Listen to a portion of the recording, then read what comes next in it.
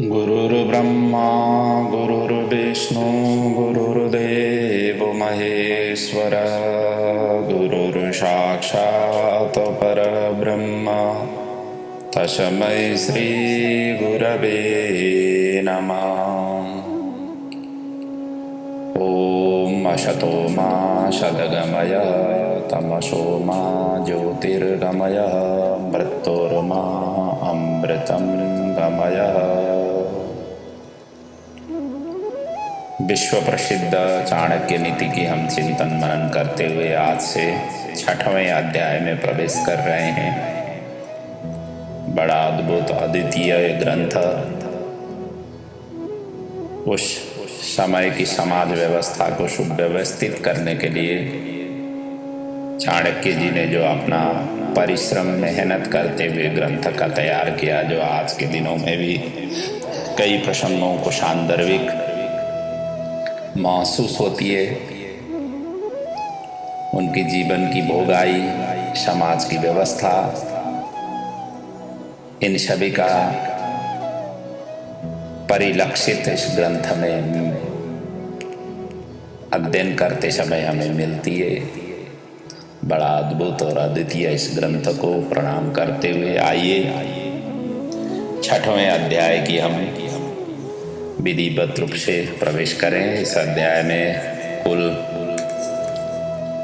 22 श्लोक हैं। प्रथम श्लोक इस तरीके से व्यक्त किया गया है। श्रुत्वा धर्मा विजानाति श्रुत्वा त्यजति दुर्मतिं श्रुत्वा ज्ञानमवाप्नोति श्रुत्वा मोक्षमवाप्नुयात्।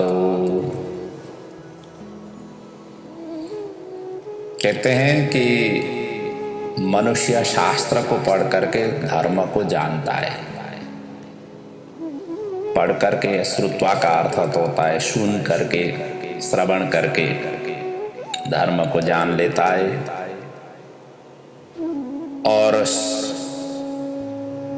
जब धर्म को उसने जान लिया तो अधर्म को उसी हिसाब से त्याग देता है। श्रुत्वा त्यजति दुर्मतिं।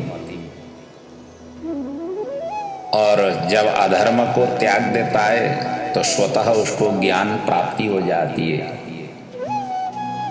और वही ज्ञान से ही मुक्ति प्राप्ति हो जाती है। अर्थात एक दूसरे के अन्योन्याश्रित संबंध है। इसलिए धर्म सुन करके या पढ़ करके उसकी ज्ञान प्राप्ति होती है और धर्म जैसे प्राप्त हुआ तो अधर्म को स्वतः त्याग करने की प्रवृत्ति अपने आप में सृजित हो जाती है। अधर्म का त्याग करना ही व्यक्ति सुयोग्य मार्ग में प्रवेश करना होता है। सुयोग्य मार्ग में प्रवेश किए हुए व्यक्ति ही को ही ज्ञानी के रूप में संज्ञा दी जाती है। और रीते ज्ञानन न मुक्ति। जब ज्ञान प्राप्त हुआ तो मोक्ष फिर ज्यादा दूर नहीं है, मोक्ष स्वतः प्राप्ति हो जाती है। इसलिए पहुंचे हुए व्यक्ति की बार बार वाणियों को सुनते रहना चाहिए। सुनने से अपने आप जीवन में उनकी वाणियों का प्रभाव अपने जीवन में परिलक्षित होने लग जाती है, दिखाई देने लग जाती है। और वो जब ज्ञान अपने अंदर में आ गया तो व्यक्ति का कल्याण फिर स्वतः हो जाती है। फिर उसके लिए कोई ज़्यादा मेहनत और परिश्रम करने की ज़रूरत नहीं पड़ती है। बड़े बड़े कठिन तप आदि करने की ज़रूरत नहीं पड़ती है। इसलिए अच्छे वचनों को हमेशा हमेशा धारण करने और सुनने की लालायित जिज्ञासु बन करके तत्पर होना चाहिए। ये शिक्षा इस सूत्र के माध्यम से हम सभी को दे रहे हैं। अगले सूत्र में कहते हैं पक्षिणा काकचन चांडाल पशूनां चैव कुक्कुरः मुनीनां कोऽपि चांडाल सर्वेषां चैव निंदक। कहते हैं पक्षियों में नीच प्रवृत्ति की पक्षी कौन होता है? काक, कौआ होता है। और पशुओं में सबसे नीच प्रवृत्ति का कुत्ता होता है। और ऋषि मुनि साधु संतों में नीच प्रवृत्ति के कौन होते हैं? जो ज्यादा क्रोध करने वाले हो, गुस्सा करने वाले। और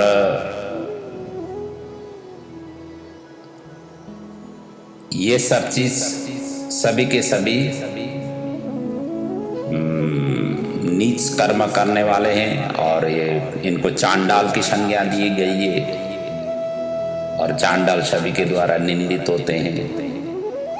इसलिए इस प्रवृत्ति की जो भाव है अपने अंदर में नहीं आने देना चाहिए। इसमें ये सुसूचित करना चाह रहे हैं, क्योंकि पाप और चुगली करना दोनों ही मानव जीवन के लिए बड़े दोष माने गए हैं। इन्हें करने वाला मनुष्य ऋषि मुनि होने पर भी, साधु संत का वेशभूषा धारण करने पर भी वो चांडाल के स्वरूप में वो उतर आ जाता है, अर्थात चांडाल। और इनमें कोई भेद नहीं होती है। और जैसे पक्षियों में कौवा, पशुओं में कुत्ता, इनको नीच माना गया है। हालांकि इस बात को इसी अध्याय के अंतिम में इनसे शिक्षा लेनी चाहिए, ऐसा चाणक्य जी ने कहा हुआ है, जिसका हम प्रसंग आगे वर्णन करेंगे। इस अध्याय के अंतिम में इनके ऊपर में व्याख्या की गई है, कौवा के ऊपर में, कुत्ते के ऊपर में। अगले सूत्र में कहते हैं, भस्मना शुद्ध्यते काश्यम ताम्रमाम्लेन शुद्ध्यते रजसा शुद्ध्यते नारी नदी वेगेन शुद्ध्यति। जो काश्य पात्र है उसको भस्म से, जो राख होती है, जला करके जो राख निकलती है, और राख से बड़ा चमक आ जाती है। राख से घिसने से काश्य पात्र एक बड़ी चमक आ जाती है उसमें। पहले के ज़माने में तो आजकल अलग अलग केमिकल निकल गए हैं, लेकिन पहले के ज़माने में शुद्धता ये राख से ही हर बर्तनों को साफ किया जाता था। और इतना सुंदर, इतना चमकीला दिखाई देता है उसको लगा करके रगड़ने से। और इसी प्रकार ताम्र पत्र, जो तांबे का जो बर्तन होता है, वो अम्लेन शुद्ध्यति, अर्थात जो खटाई है, जैसे नींबू आदि जो खटाई है, वो खटाई से रगड़ने से ताम्र पत्र की जो दाग है, तांबे के अंदर की जो दाग धब्बा आदि दिखाई देता है, वो सारा का सारा क्लीन हो जाता है, शुद्ध हो जाता है, लगता है कि नया है। इसी घर में ताम्र पत्र हो, तांबे की लोटे हो, तांबे की बर्तन हो, तो उसको खटाई से घिसो तो शुद्ध प्राप्ति होती है। और रजसा शुद्ध्यते नारी, रजस वाला से, ऋतुमती स्नान से नारी शुद्ध होती है, अर्थात ऋतु काल के पश्चात ही नारी गर्भधारण के लिए सक्षम बनती है, इसलिए शुद्धता कही गई है। नदी वेगेन शुद्ध्यति, नदी वो वेग से ही शुद्ध होती है, अर्थात नदी की प्रवाह से ही वो शुद्ध रहती है। जितने भी नदियां हैं वो बहते हुए ही अच्छे रहते हैं। बहता हुआ पानी अच्छा कहते हैं ना, चलते हुए साधु और बहते हुए पानी, ये दोनों ही खराब नहीं करते हैं, हमेशा हमेशा ही पवित्र करते हैं। क्योंकि यदि रुक गया नदी तो तालाब बन जाएगा, और तालाब में तो गंदगी सारा कुछ सब वहाँ एकत्रित हो जाती है, इसलिए बहता हुआ पानी अच्छा रहता है। इसलिए नदी वेगेन शुद्ध्यति। तो कहने का मतलब यही है कि हर वस्तु और प्राणी की अपने अपने प्रवृत्ति होती है, तो इसलिए इन भावों का यहाँ पर व्यक्त किया गया है। और किसी मनुष्य की गंदी आदतें को शुद्ध करने के लिए इसी की भांति हमें अपने साम दाम दंड भेद आदि जो नीतियां बताई गई है उसको अपनानी चाहिए, जिसके द्वारा व्यक्ति परिष्कृत हो, परिमार्जित हो। ये चाणक्य की भावना है। इन पदार्थों को उपमा दे करके वो ये बताना चाह रहे हैं कि जहाँ से अपने कल्याण होता है उसकी तलाश में लगना चाहिए। अगले सूत्र में कहते हैं ब्रह्मन् संपूज्यते राजा ब्रह्मन् संपूज्यते द्विज ब्रह्मन् संपूज्यते योगी स्त्री भ्रमंती विनश्यति। देखिए, राजा, ब्राह्मण और योगी ये तीनों ही भ्रमण करने से सर्वत्र इनको सम्मान मिलती है। और इसी प्रकार यदि भ्रमण करें स्त्री, घर की जो स्त्री है वो भ्रमण करें तो वो सम्मानित नहीं होती, वो विनाश की ओर जाती है। तो घर की गृहिणी को अपने परिवारजनों के साथ में ही भ्रमण करने के लिए वो जोर दे रहे हैं। अकेले भ्रमण करना सांदर्भिक नहीं है, उचित नहीं है, ये संकेत करना चाहते हैं, कर रहे हैं।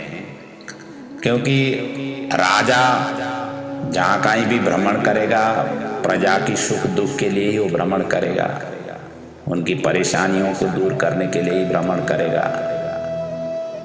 किसी की भी जहाँ पर भी विजिट होती है कुछ न कुछ कार्य के लिए ही विजिट होती है। देश के जो भी बड़े व्यक्ति होते हैं उनका जहाँ कहीं भी जाना ऐसा निरर्थक नहीं जाता है, सार्थक रूप से ही उनका भ्रमण होता है। इसलिए प्रजा जो है ना उनके प्रति हमेशा हमेशा आदर सम्मान प्रदान करती है। उसी प्रकार योगी जो साधु संत हैं दूसरे के कल्याण के लिए ही भ्रमण करते हैं।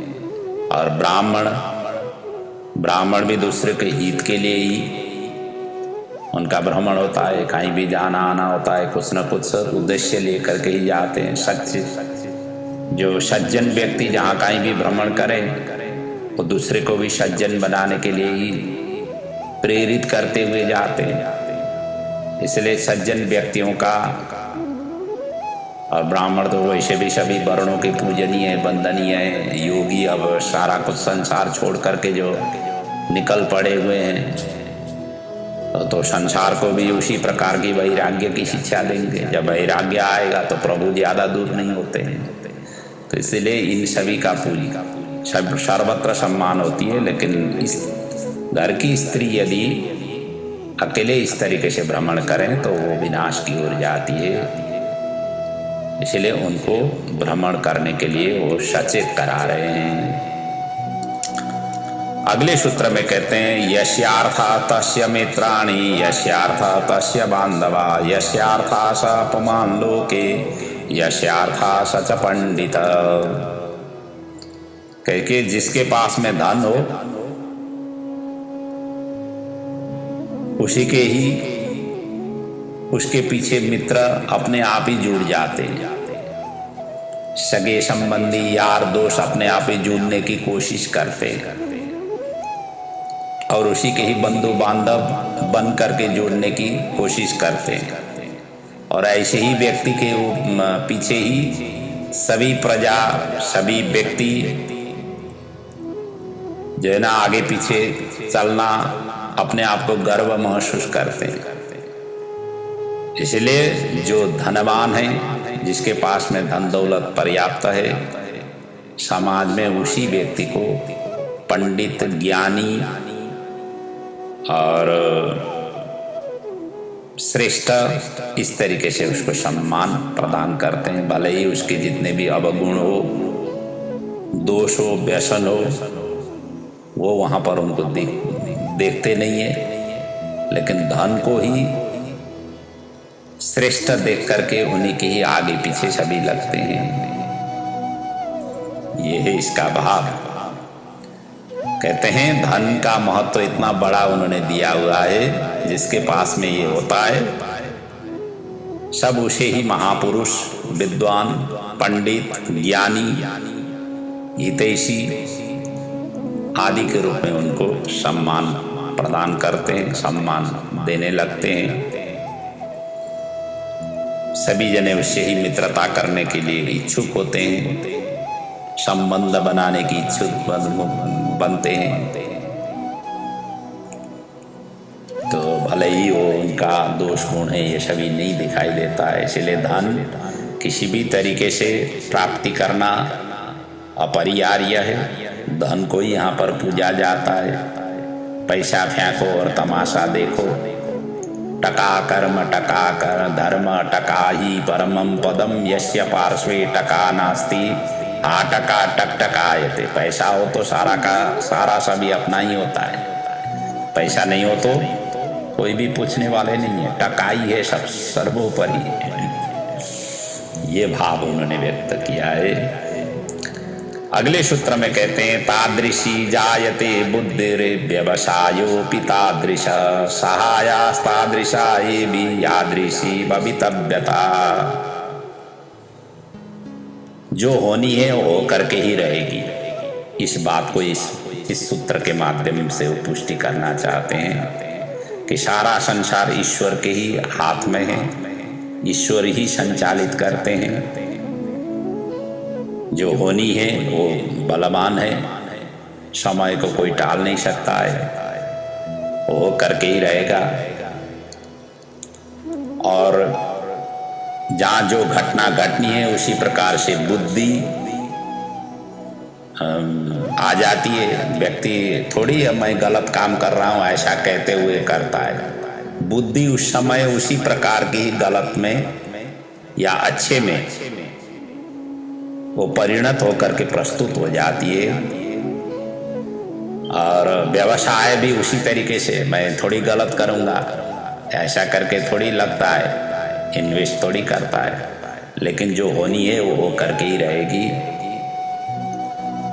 तो यही भाव इसमें व्यक्त कर रहे हैं। आदमी कुछ नहीं करता है, लेकिन इसके लिए भवितव्यता अर्थात भाग्य ही सब कुछ करता है। अपना जो लिख करके भाभी ने कहते हैं ना छठवें दिन में अपने भाग्य लिख लेते हैं हर बालक की।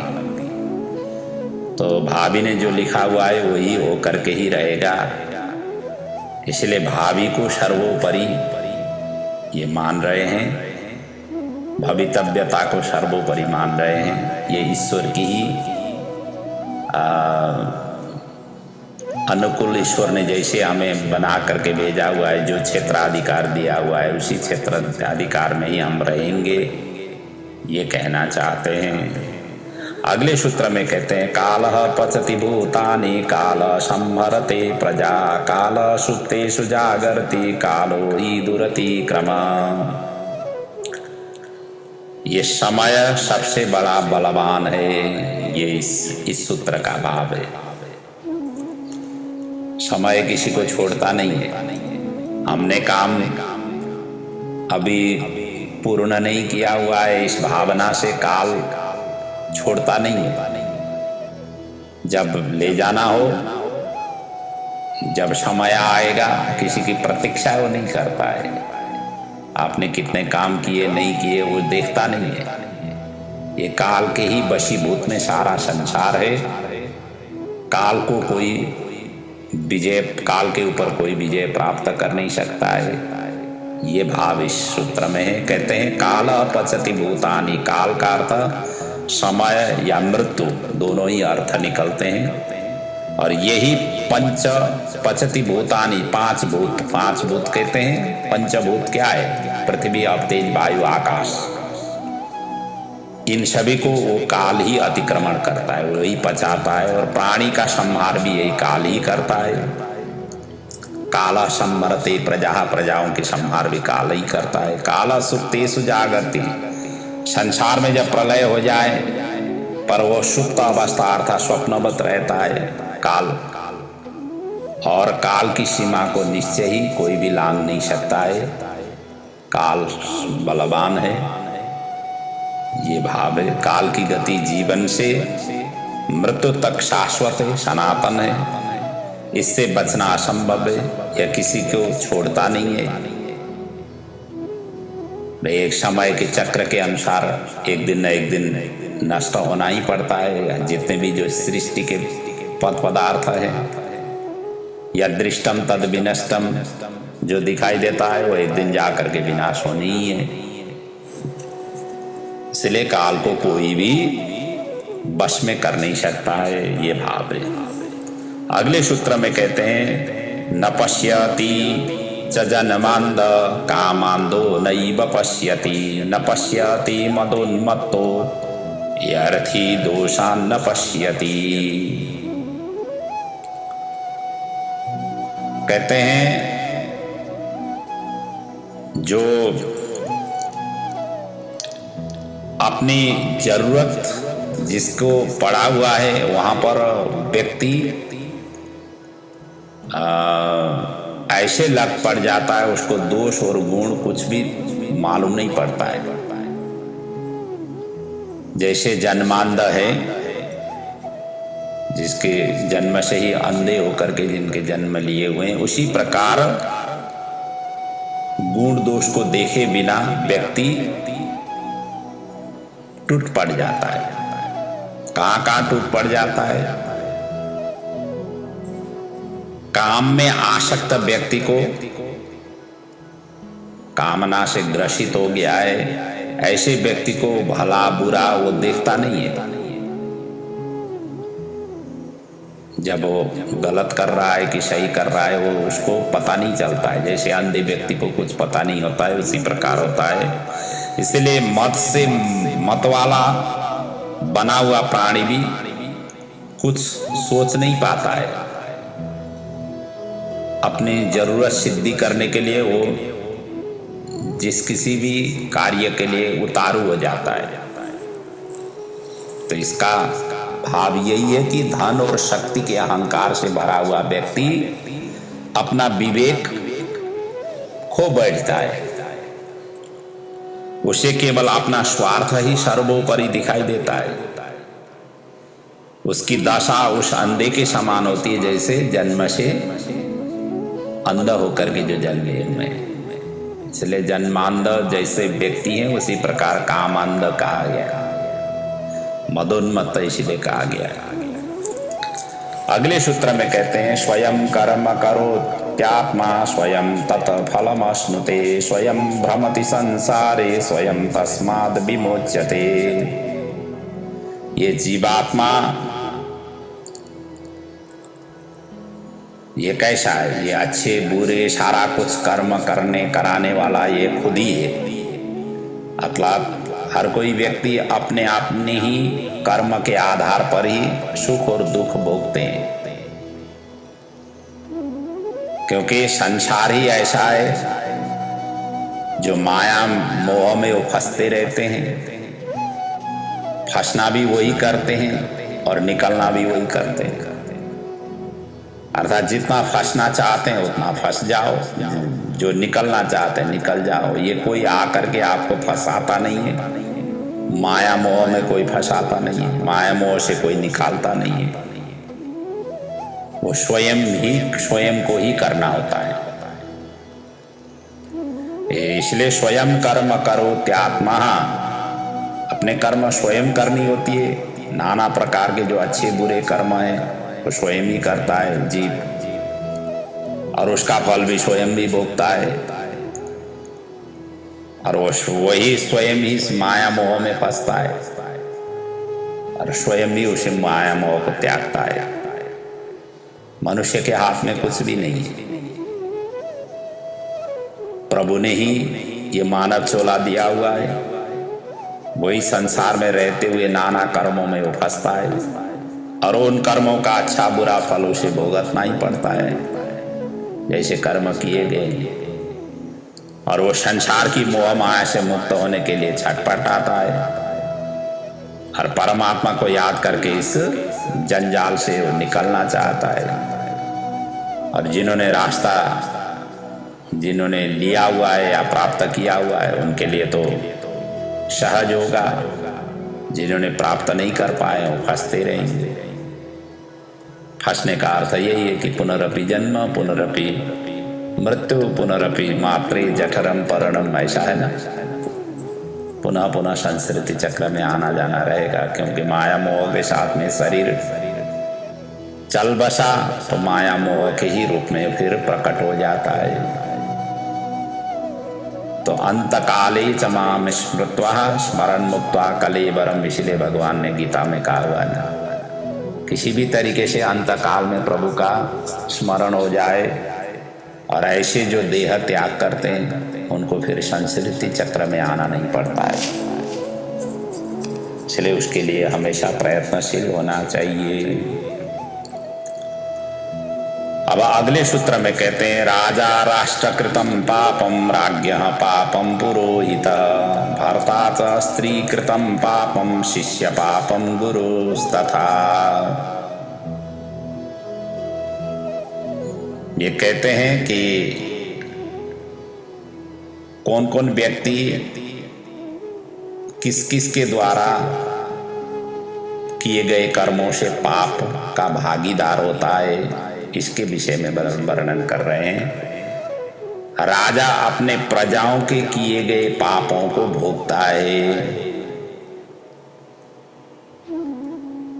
इसलिए राजा का ये कर्तव्य है कि प्रजा को हमेशा हमेशा उचित शिक्षा दें, पाप कर्म करने से, ऐसी प्रवृत्ति करने से रोक लें, ऐसी नियम और व्यवस्था बनाएं ताकि प्रजा पाप कर्म के तरफ